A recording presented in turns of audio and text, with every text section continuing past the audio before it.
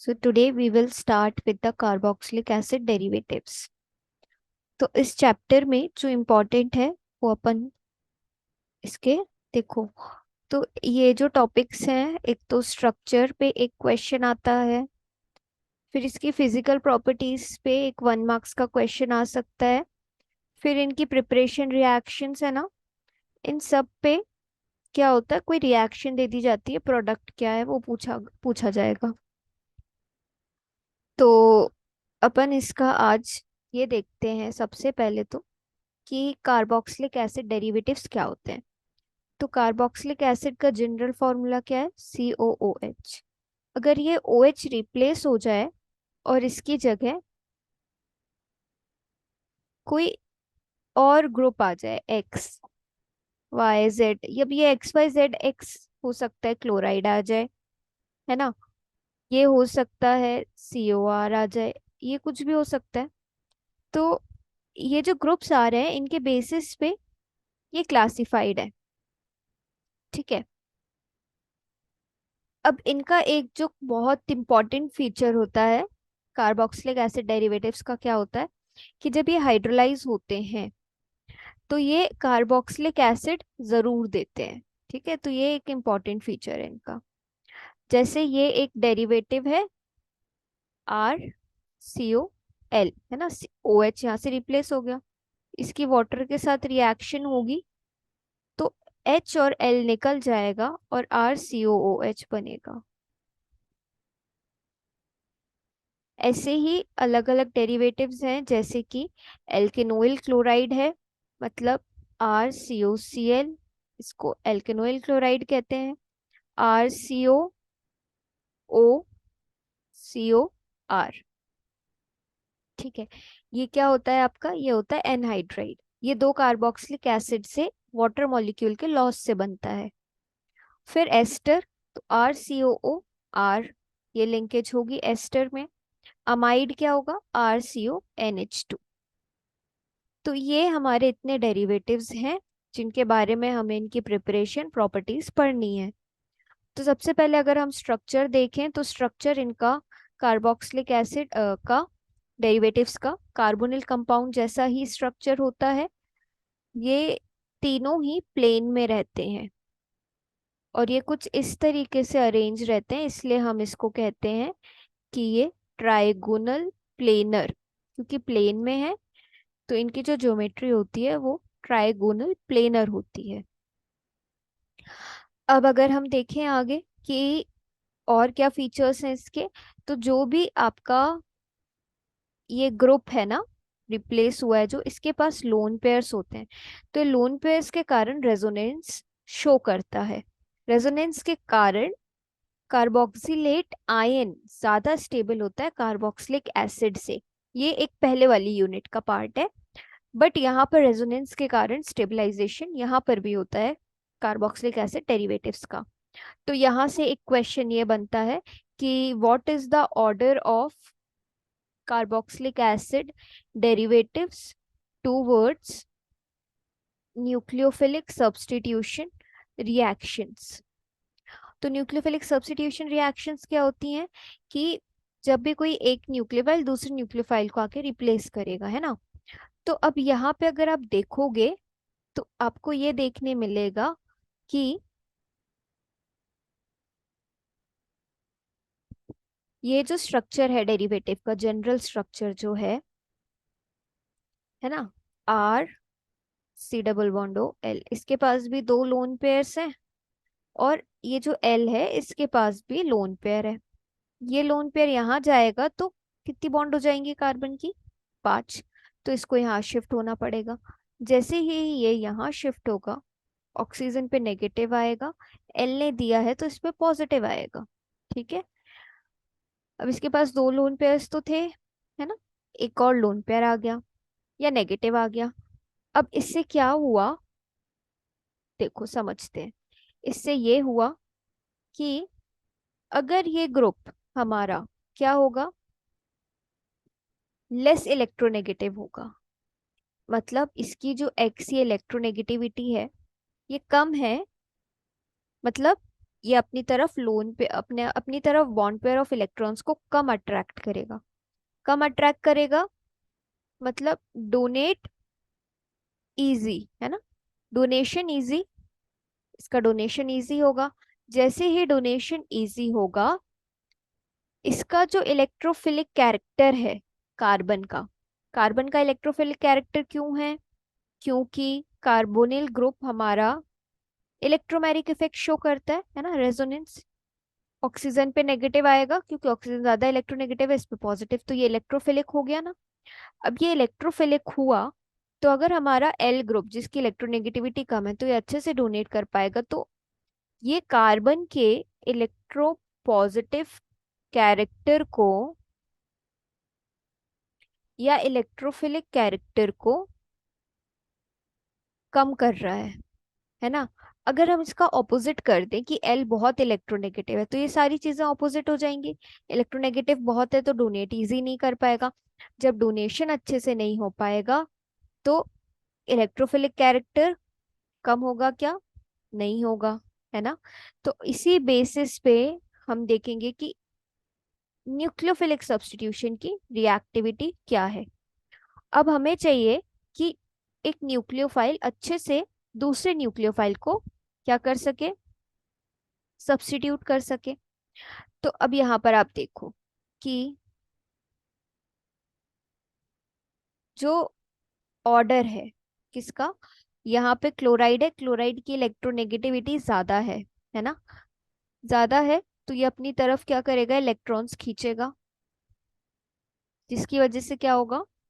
Electropositive character कम नहीं होगा। फिर एनहाइड्राइड है, यहाँ पर एक, ये दोनों आर ग्रुप है, भले ये इलेक्ट्रॉन डोनेटिंग है बट इससे ये वाला बेटर है ना। अब न्यूक्लियोफाइल है, देखो न्यूक्लियोफाइल को अटैक करना है तो न्यूक्लियोफाइल कहाँ अटैक करेगा? जहां पे उसको पॉजिटिव चार्ज मिलेगा। और हम ये चाहते हैं कि पॉजिटिव चार्ज जो है वो बना रहे, जितना ज्यादा पॉजिटिव चार्ज होगा उतना अच्छा हमारा क्या होगा? न्यूक्लियोफाइल अटैक कर पाएगा। बट हम यहाँ पे ये वाली जो रिएक्शन है वो एडिशन होगी, बट हमें एडिशन में सब्स्टिट्यूशन पढ़ना है ना। इसलिए एक न्यूक्लियोफाइल अच्छे से दूसरे न्यूक्लियोफाइल को रिप्लेस कर सके वो हम देख रहे हैं। फिर एस्टर होगा, फिर अमाइड होगा। ठीक है, तो इससे क्या हो रहा है कि degree of resonance stabilisation is reflected in the structural parameter. तो ये इतना था हमारा कि ये ऑर्डर है। अब ये ऑर्डर ही कभी कभी आपसे पूछ लेते हैं कि न्यूक्लियोफिलिक सब्स्टिट्यूशन में कार्बोक्सिलिक डेरिवेटिव का क्या वो होगा, ऑर्डर होगा। तो एक न्यूक्लियोफाइल अगर है तो अगर आपके पास आर सी ओ सी एल प्रेजेंट है तो ये इजीली सी एल को रिप्लेस कर देगा, है ना। रीजन यही है कि इलेक्ट्रोनेगेटिविटी इसकी ज्यादा है, इलेक्ट्रॉन्स खींचे रखेगा, कार्बन पे पॉजिटिव चार्ज बना रहेगा, ज्यादा पॉजिटिव चार्ज रहेगा, तो न्यूक्लियोफिलिक सब्स्टिट्यूशन फेवरेबल है। ये बात समझ आई नैन्सी? Yes ma'am. पक्का? कोई कंफ्यूजन तो नहीं? No ma'am. हाँ, अब हमें पढ़ना है एसिडिटी एंड द बेसिसिटी। तो यहाँ पर हमें दो चीजें देखनी पड़ती है, एक पीके वैल्यूज जो कि हम कॉन्जुगेट बेस की देखते हैं या एसिड की देख सकते हैं, पेरेंट एसिड की। और एसिड का कॉन्जुगेट बेस होता है तो या तो इसकी देख लो या तो इसकी देख लो। तो कार्बोक्सिलिक एसिड डेरिवेटिव्स जो हैं हमारे वो वीकली बेसिक हैं। ठीक है, वीकली बेसिक है मतलब H प्लस उतने अच्छे से कोई अगर बेस है तो वो एब्स्ट्रैक्ट नहीं कर पाता। वैसे यहाँ पे वीक बेस है मतलब ये अच्छे से H प्लस को एब्स्ट्रैक्ट नहीं कर पाते हैं। वीक बेसिक की तरह, वीकली बेसिक की तरह ये बिहेव करते हैं। अब क्या होता है, ये रिएक्शन दी हुई है ना, H प्लस आया तो यहाँ से इलेक्ट्रॉन लिया तो इस पे नेगेटिव आया तो हाइड्रोजन यहाँ अटैक करेगा। जैसे ये अटैक करेगा तो ये बॉन्ड यहाँ शिफ्ट होगी, बॉन्ड यहाँ शिफ्ट होगी तो यहाँ पॉजिटिव आएगा तो ये लोन पेयर यहाँ शिफ्ट होंगे, तो ये रेजोनेटिंग स्ट्रक्चर दिखाए हुए हैं। अब अगर आप पीके वैल्यूज देखोगे कॉन्जुगेट तो कॉन्जुगेट बेस की जब आप वैल्यूज देखोगे, है ना, तो आपको ये पता चलेगा कि जो ये है RCOCl है, ये हमारे वीकेस्ट बेस है। वीकेस्ट बेस है मतलब ये किसी अगर वाटर से रिएक्शन हो रही है तो H+ को एब्स्ट्रैक्ट करके HCl नहीं बना सकते। ये वीकेस्ट बेस है। क्यों? क्योंकि जो इनके कॉन्जुगेट बेस है ना, कॉन्जुगेट बेस की इसकी पीके वैल्यू जो होती है वो बहुत कम होती है, जिसकी वजह से अगर हम बोले कि वीकेस्ट बेस है तो इसका जो पेरेंट एसिड होगा, इसका एसिड क्या होगा? RCOOH। ये पेरेंट एसिड जो होगा ये आपका स्ट्रॉन्ग एसिड होगा। ठीक है, ये जो कंसेप्ट है ना ये थोड़ा कंफ्यूजिंग है। अब इसको ऐसे समझो बस कि जो आपका कोई भी मॉलिक्यूल दिया है, अगर आप उसके कॉन्जुगेट बेस को देख रहे हो या एसिड को देख रहे हो, तो कॉन्जुगेट तो अगर कॉन्जुगेट एसिड या बेस है जिसकी pKa वैल्यू कम है, ठीक है, तो उसका क्या होगा? जो पेरेंट एसिड जिससे ये बना है ये डेरिवेटिव वो स्ट्रॉन्ग होगा, और जिस मॉलिक्यूल की हम बात कर रहे हैं वो वीकेस्ट बेस होगा। सिमिलरली अमीन्स के साथ भी पॉसिबल है ये। और यहाँ पर एग्जांपल दिया है, जैसे एल्केनोइल क्लोराइड है, ये वीकेस्ट बेस है तो इसकी पीके वैल्यू सबसे कम है, 16 है। फिर एनहाइड्राइड है, नहीं ये एस्टर है, इसकी पीके वैल्यू उससे ज्यादा है। फिर सबसे ज्यादा है इसकी अमीन की। तो ये यहाँ पर एसिडिटी और बेसिसिटी का कंसेप्ट है। ठीक है, ये भी आप ऐसे भी याद रख सकते हो कि जैसे कोई स्ट्रॉन्ग एसिड होता है ना तो उसकी पीके वैल्यू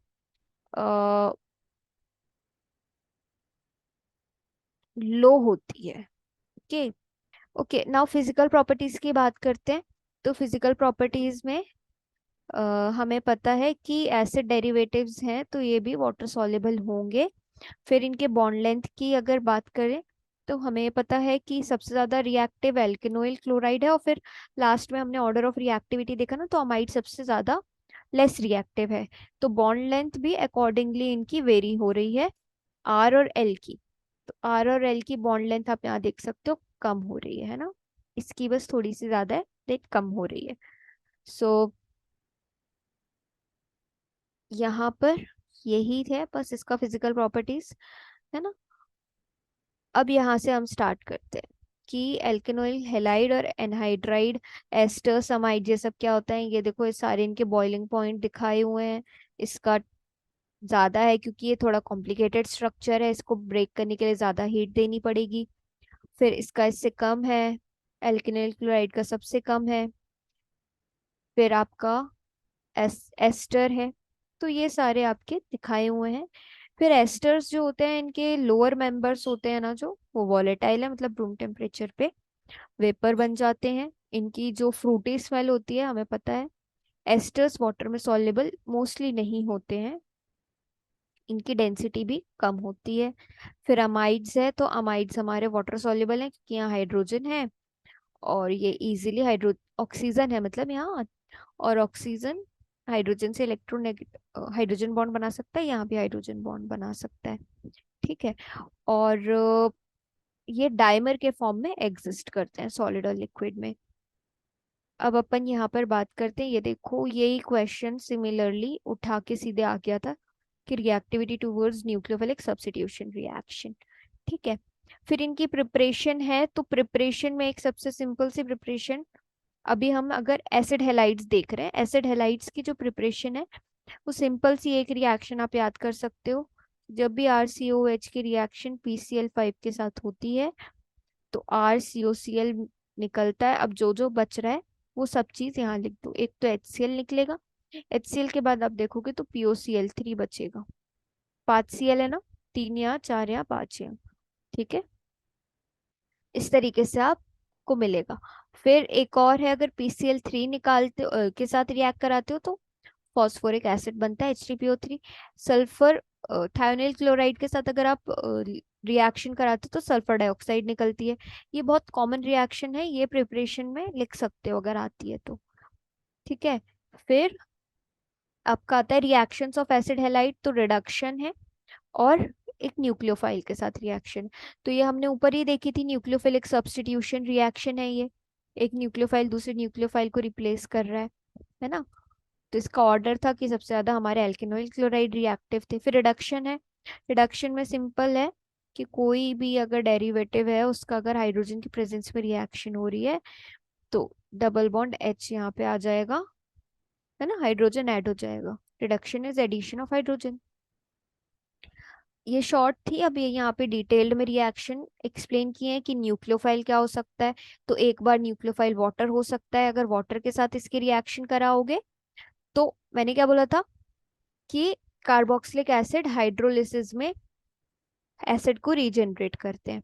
तो ये याद रखना है कि वाटर के साथ रिएक्शन होती है तो एसिड बनेगा, जितने कार्बन है उतने कार्बन का ही बनेगा। फिर रिएक्शंस विद कार्बोक्सिलिक एसिड है, कार्बोक्सिलिक एसिड के साथ जब एल्केनॉइल क्लोराइड की रिएक्शन होगी तो यहाँ पर आपका एनहाइड्राइड बनेगा। ठीक है। एनहाइड्राइड्स बनते हैं, एग्जाम्पल यहाँ दिया हुआ है। एक अगर आप सोडियम मतलब एस्टर का सॉल्ट लेते हो ना, सोडियम इथेनोइड भी लेते हो तो भी आपका क्या बनेगा, इथेनोइक प्रोपेनोइक एनहाइड्राइड। जो एंड में नाम होगा उसकी चेन लेंथ लंबी होगी तभी यहाँ पे नाम आएगा, है ना। फिर अगर आप अल्कोहल फिनॉल के साथ रिएक्शन कराते हो तो आपके एस्टर्स बनते हैं। यहाँ पर भी बेसिकली तो HCl निकलता है, बट यहाँ सिंस ये जो आपका रिएजेंट डाला है ये R3N है ना, टर्शरी अमीन है, इसलिए यहाँ पर भी NHR3Cl के फॉर्म में ये निकल रहा है। तो देखो CH3CO और यहाँ पे O था, HCl निकल यहाँ से भी निकला है, बाकी पूरा यहाँ पे ऐड हो गया आके, तो हमें इससे मतलब है। तो हमारा एस्टर बनता है ना, एल्कोहल हो चाहे फिनॉल हो, होगी रिएक्शन वही, इसमें से किसी भी एक OH का आप निकाल सकते हो। मतलब एक ही OH है, अगर तीनों जगह OH आते तो भी किसी एक OH का आप निकाल के एस्टर बना सकते हो। फिर अमोनिया या अमीन के साथ रिएक्शन होगी, अमाइड्स बनेंगे, है ना, NH4Cl यहाँ पे निकलेगा। फिर आपका ऑर्गेनोमेटेलिक रिएजेंट्स के साथ अगर रिएक्शन होगी तो ये हमें पता है कि MgBr पे पॉजिटिव होता है, इस पे नेगेटिव, ये यहाँ जाएगा तो कार्बन पे पॉजिटिव, हाँ, और ऑक्सीजन पे नेगेटिव, तो ये हमारा ऑक्सीजन पे अटैक करेगा और R नेगेटिव कार्बन पे।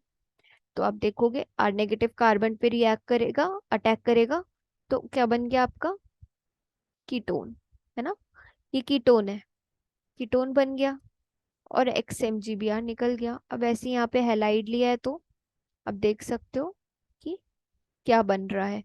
सबसे पहले आपका ये कीटोन बना, फिर से RMgX के साथ रिएक्शन कराओगे वही होगा, नेगेटिव पॉजिटिव नेगेटिव पॉजिटिव, ये यहाँ अटैक करेगा, ये यहाँ अटैक करेगा, ये इंटरमीडिएट बना। जब इसकी हाइड्रोलिसिस होती है तो MgXOH, H प्लस और O माइनस है ना, इस पे पॉजिटिव है तो MgXOH निकल जाता है और H प्लस O पे अटैक करता है, तो आपका अल्कोहल बन गया। ठीक है। तो कीटोन है, प्राइमरी अल्कोहल है, सेकेंडरी अल्कोहल है, टर्शियरी अल्कोहल है, इन सब की रिएक्शंस अलग होती है ना। वैसे यहाँ पर भी अगर एसिल क्लोराइड है तो पहले आपका कीटोन बनेगा, फिर से कराओगे तो अल्कोहल बन जाएगा। फिर रिडक्शन है, तो रिडक्शन में रोजनमन रिडक्शन नेम्ड रिएक्शन है। तो रोजनमन रिडक्शन में क्या होता है ना, कभी कभी हाइड्राइड रिडक्शन भी बोल देते हैं या कैटेलिटिक हाइड्रोजिनेशन। तो होता क्या है कि it is a hydrogenation process, hydrogen is added in the presence of catalyst, which catalyst, hydrogen palladium barium sulfate। तो यहाँ पर जो RCOCl ग्रुप है वो RCHO ग्रुप में कन्वर्ट हो जाता है, रोजनमन रिडक्शन, हाइड्रोजन का एडिशन हो गया। अब यहाँ पर ये बस इतना सिंपल सा है। फिर फ्रीडल क्राफ्ट रिएक्शन, ये आपको एल्काइलेशन है ना, और एल्काइलेशन है और एसाइलेशन है, तो ये तो हमने पढ़ी है। ठीक है, तो देखो ये जैसे ये कन्वर्जन वाला प्रोसेस है, ब्यूटेनॉइल क्लोराइड है, तो अभी हमने देखा RCOCl, है ना, इसकी हाइड्रोलिसिस करोगे तो क्या बनेगा, एसिड बन जाएगा। फिर आपका एनहाइड्राइड बनाना है, तो एनहाइड्राइड किससे बनेगा, अभी हमने देखा था दूसरे एसिड के साथ रिएक्शन कराएंगे तो एनहाइड्राइड बन जाएगा। ऐसे ही हमें सारे लिखने हैं। अब यहाँ पे ये साइक्लिक रिंग है ना, एस्टर बन रहा है। एस्टर कैसे बना था,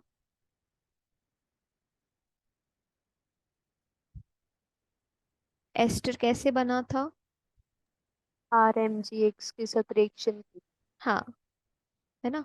और या फिर टर्शरी अमीन के साथ भी आपकी रिएक्शन होगी तो भी आपका एस्टर बनता है। उससे अल्कोहल बना था और कीटोन बना था RMGX के साथ। ठीक है, एल्केनोइल क्लोराइड की रिएक्शन। फिर यहाँ हमें अमीन चाहिए है, फिर यहाँ पे हमें कीटोन चाहिए है, ये कीटोन है, तो यहाँ पे RMGX के साथ रिएक्शन होगी। यहाँ एल्डिहाइड चाहिए है, तो ये रिएक्शन हमारी क्या होगी, रोजेनमंड रिडक्शन। ओके, तो बेसिकली आपको रोजेनमंड रिडक्शन ज्यादा पूछी जाती है, तो वो आपको याद करनी है। फिर आता है एसिड एनहाइड्राइड। तो ये सारे ही टॉपिक्स आपको ऐसे पढ़ने पड़ेंगे, ये सारी याद करने वाली हैं कि प्रिपरेशन कैसी है, इसकी रिएक्शन कैसे होती है। ओके, तो